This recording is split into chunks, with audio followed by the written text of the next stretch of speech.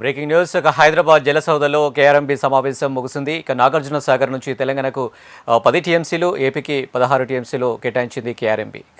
శ్రీశైలం నుంచి తెలంగాణకు 5 టీఎంసీలు కేటాయించింది. అలాగే శ్రీశైలం నుంచి ఏపీకి ఎలాంటి కేటాయింపులు లేవని కేఆర్ఎంబీ తేల్చి చెప్పింది. ఎల్లుండి మరోసారి భేటీ కానుంది కేఆర్ఎంబీ.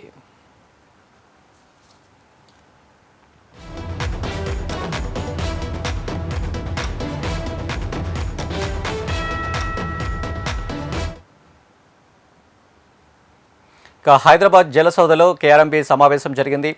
ఏపీకి తెలంగాణకు కేఆర్ఎంబీ నీటి కేటాయింపులు చేపట్టింది. నాగార్జున సాగర్ నుంచి తెలంగాణకు 10 టీఎంసీలు, ఏపీకి 16 టీఎంసీలు కేటాయింపులు జరిగాయి. శ్రీశైలం నుంచి తెలంగాణకు 5 టీఎంసీలు కేటాయించగా ఏపీకి మాత్రం ఎలాంటి కేటాయింపులు చేయలేదు. ఎల్లుండి మరోసారి కేఆర్ఎంబీ భేటీ కానుంది.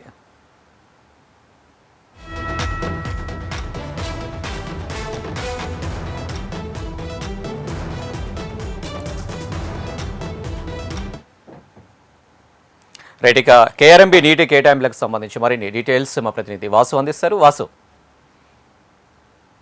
అనిల్, వేసవి ఏదైతే తాగునీటి అవసరాల నేపథ్యంలో తెలుగు రాష్ట్రాలకు మంచినీటి సరఫరాకు సంబంధించి కూడా కృష్ణా రివర్ మేనేజ్మెంట్ బోర్డు త్రిసభ్య కమిటీ ఈరోజు హైదరాబాద్ జలసౌధలో సమావేశం నిర్వహించారు. అయితే ఏపీ తెలంగాణ రాష్ట్రాలకు సంబంధించి నీటి కేటాయింపులు చేపట్టింది. ఎందుకంటే రానున్నటువంటి క్రూషియల్ టైము మే నెలకు సంబంధించి జూన్ లో కూడా ఏదైతే తాగునీటి అవసరాలకు సంబంధించి కూడా రెండు రాష్ట్రాలు పెద్ద ఎత్తున నీటిని డిమాండ్ చేస్తున్న నేపథ్యంలో అయితే తెలంగాణకు సంబంధించినటువంటి నాగార్జున సాగర్ ప్రాజెక్టు, ఇటు శ్రీశైలానికి సంబంధించిన ప్రాజెక్టుల నుంచి కూడా రెండు ప్రాజెక్టుల నుంచి కూడా నీటి విడుదలకు అంగీకరించింది. ఇక తెలంగాణకు నాగార్జున సాగర్ నుండి 16 టీఎంసీల నీరు, శ్రీశైలం నుండి 5 టీఎంసీల నీటిని కేటాయించింది. ఇక ఆంధ్రప్రదేశ్ కు మాత్రం కేవలం నాగార్జున సాగర్ నుండి మాత్రమే కుడికాల ద్వారా 10 టీఎంసీల నీటిని కేటాయించేందుకు కేఆర్ఎంబీ అంగీకరించింది. ఇక శ్రీశైలం నుండి ఆంధ్రప్రదేశ్ కు ఎలాంటి కేటాయింపులు చేయలేదు. కేఆర్ఎంబీకి సంబంధించి మాత్రం ఇది ఒక కీలక నిర్ణయం అని చెప్పాలి. తెలంగాణ గత కొంతకాలంగా కూడా నీటి వాటాల విషయంలో కూడా చాలా పెద్ద ఎత్తున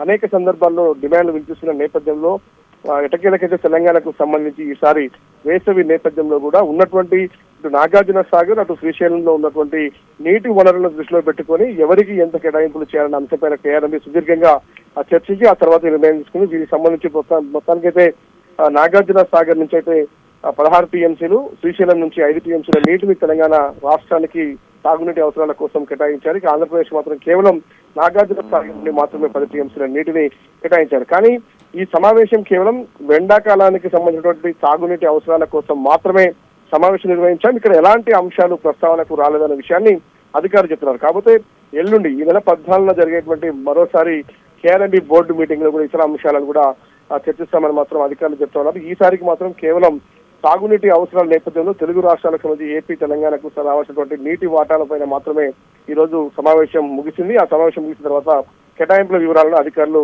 అధికారికంగా వెల్లడించారు. Right Vasu, thank you.